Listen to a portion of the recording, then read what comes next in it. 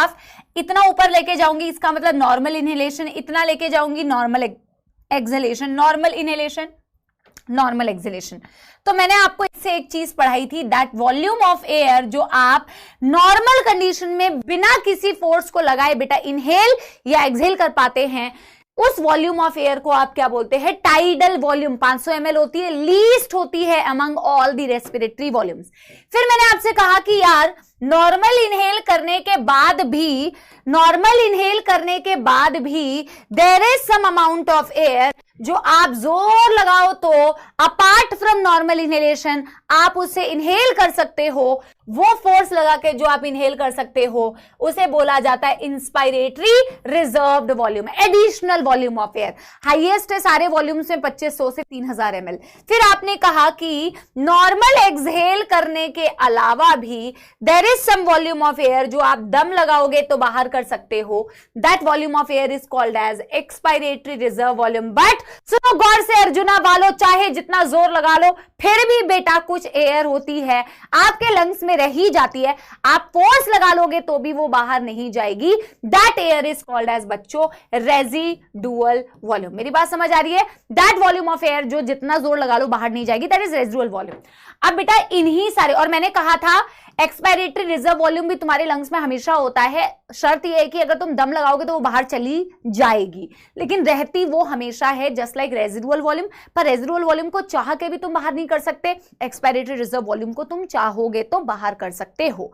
इन्हीं के एडिशन से बेटा बनती है आपकी रेस्पिरेटरी कैपेसिटीज, जैसे कि पहले आपने पढ़ा इंस्पायरेटरी कैपेसिटी, एक बंदे की टोटल इनहेल करने की कैपेसिटी को बोला जाता है इंस्पायरेटरी कैपेसिटी। या फिर मैं ऐसे बोलूं एनसीईआरटी की भाषा में कि एक बंदे ने नॉर्मल एक्सहेलेशन किया, उसके बाद वो मैक्सिमम कितना एयर अंदर कर पा रहा है, that is tidal volume plus inspiratory reserve volume, that is inspiratory capacity. In the same way expiratory capacity मतलब जब एक बंदे ने नॉर्मल इनहेल किया उसके बाद वो टोटल कितना एक्सहेल कर पाता है, तो टाइडल वॉल्यूम एक्सहेल कर पाएगा और एक्सपायरेटरी रिजर्व वॉल्यूम एक्सहेल कर पाएगा।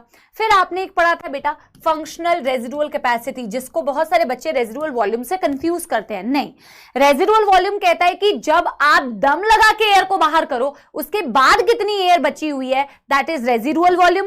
पर फंक्शनल रेजिडुअल कैपेसिटी कहती है कि आपने नॉर्मल एक्सहेलेशन किया उसके बाद आपके लंग्स में कितनी एयर बची हुई है, तो that is expiratory reserve volume plus residual volume.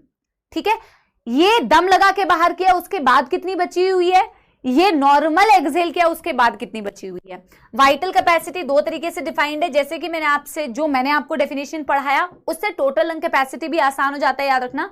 तो मैंने वाइटल कैपेसिटी की आपको डेफिनेशन बताई थी कि the amount of air a person can exhale, और पता है एक्सहेल वी मैं ऐसे याद रखती हूं, बाहर करना, बाहर साउंड सेम करता है, तो कितना हम बाहर कर सकते हैं, इसीलिए मैं इस तरीके की डेफिनेशन याद रखती हूँ। बहुत ही आई नो बहुत ही वियर्ड कॉम्बिनेशन है बेटा, मैं आप कहोगे मैम बाहर में बी आता है और ये तो वी है, अरे सेम साउंड कर रहा है ना, तो कितना हम बाहर कर सकते हैं, इससे डेफिनेशन स्टार्ट है, ऐसे याद रख सकते हो। कितना एयर हम बाहर कर सकते हैं, कितना एयर हम एक्सहेल कर सकते हैं आफ्टर फोर्सफुल इनहेलेशन।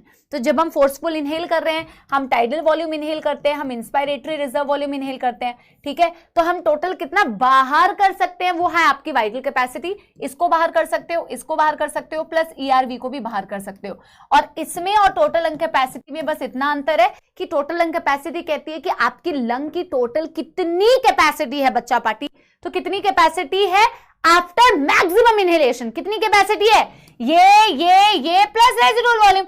इसमें बोलते हैं कि बाहर कितना कर सकते हो, इसमें बोलते हैं कि आपने इनहेल मैक्सिमम कर लिया उसके बाद कितना लंग में आपको एयर दिखा, that is the only difference. ठीक है, तो आई होप बेटा सबको चमक गया होगा हमारा क्विक समाप्ति एक्सप्रेस वाला रिवीजन, और अब बेटा बिना टाइम बर्बाद किए